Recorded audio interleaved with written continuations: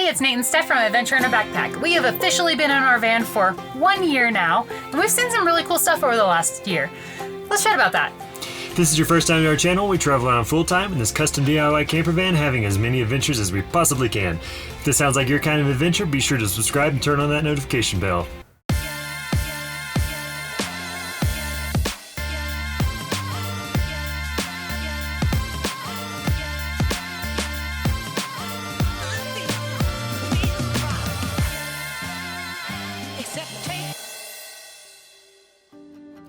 Over the last year, we've driven over 25,000 miles, visited 22 states, 3 Canadian provinces, met some really amazing people, and have had countless adventures. We've soaked in hot springs in Mammoth, California. We've skied some gnarly terrain in British Columbia. We've hiked slot canyons in Escalante, Utah. And we've even paddleboarded the Columbia River Gorge in Oregon. When we decided to move from our RV into the van, the whole purpose of it was to be more maneuverable and get closer to our adventures. I would say we've accomplished that, and we've had some amazing adventures over the last year. And there's still many more to come. Some of the best things about living in a camper van full-time are the people that we meet on the road, the ability to be spontaneous, and just being flexible in this lifestyle. We've met so many awesome people on the road that we would have never met if we were living in a normal house. As we're traveling and we go from point A to point B, there's a whole lot of space in between those 2 points that sometimes there's something really awesome in between. Since we're really able to be spontaneous in our travels, we've discovered some places that we would have never otherwise discovered, just kind of flying off the cuff. Since we're often able to camp in an area with adventures right outside of our door, it means that we're spending more time outdoors and less time commuting, which the dogs love that too. There's so many great things that we've discovered about living in a van full-time that we didn't even cover here, but we think it's been a really good choice for us. But let's be honest, van life isn't all rainbows and sprinkles and perfect Instagram pictures. There are definitely some downsides to this lifestyle as well. Like that time that we both got sick for an entire week outside of Red Rocks Canyon, Nevada, and spent an entire week in bed, pretty much. Or that time that we broke down in Bozeman, Montana in sub-zero temperatures. That wasn't exactly fun. But sicknesses and breakdowns aren't the only downsides to van life. We miss a lot of family functions that used to be a really big part of our lives. We miss nieces' birthdays and cousins' graduations and family reunions and honestly more holidays than we can count. It's a tough transition to move from being a part of your family to not really being there for everything that you used to be there for. The van can also get pretty cramped at times. While we often spend a lot of our time outside, when our work schedules get really crazy and we're spending more time inside the van than we do outside the van, it can get pretty small, pretty cramped, and honestly, not very fun. After a year of living in the van, we finally found a daily routine, which daily is a loose term. It seems like most of our days fall under 3 categories. We got work days, we have travel days, we have adventure days. Regardless of the type of day it's going to be, we usually wake up at about 6 a.m. We get up, we have coffee, take the dogs out for a walk, do a little cleanup around the van, answer emails, check on social, all of the stuff that we have to do to get our businesses rolling for the day. And then after that, we'll start the activity of the day, whether working, adventure, or travel. If it's travel day and we're in like a rest stop or something, we'll usually start a little earlier. If it's a work day, usually we'll just hang out on the laptops most of the day.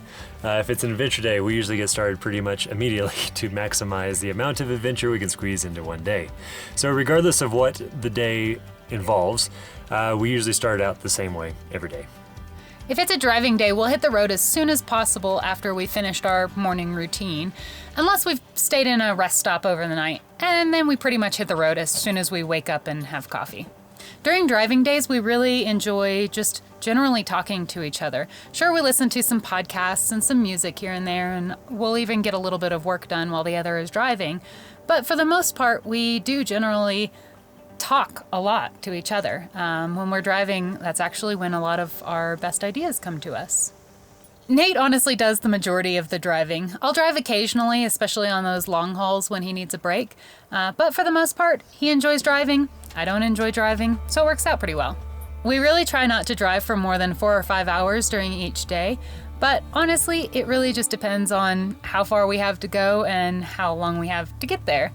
Sometimes we do longer hauls, like 8 or 9 hours during the day. Sometimes we do shorter drives, so it really just depends on our schedule.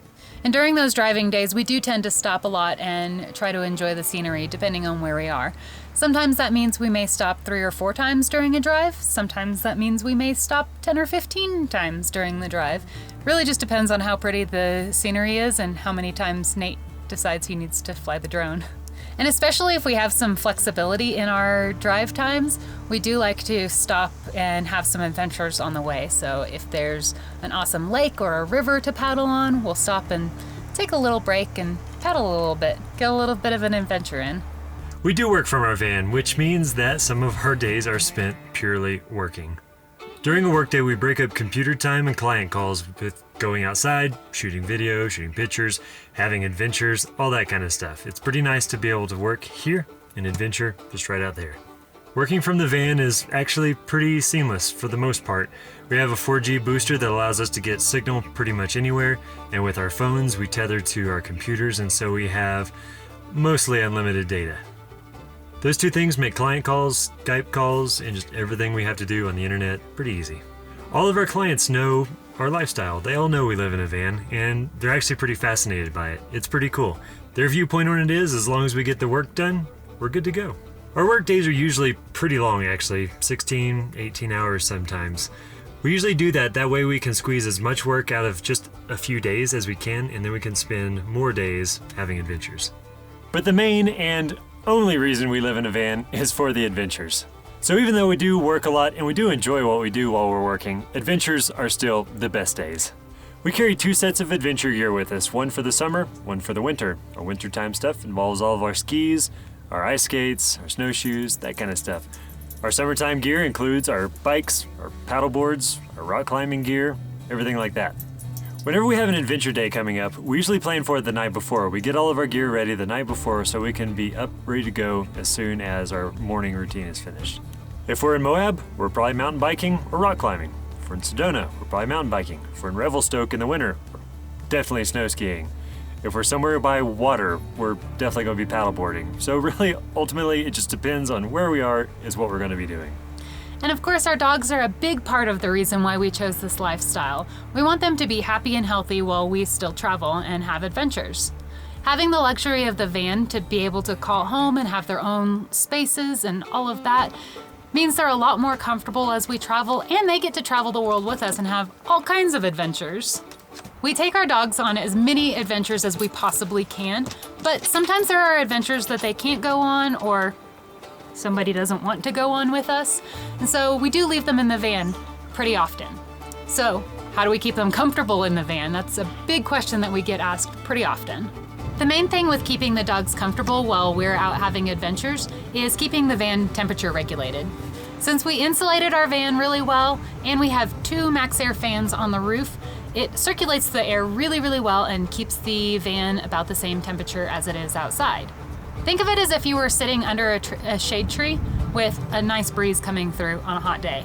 It's really not that bad so long as it's not too terribly hot outside.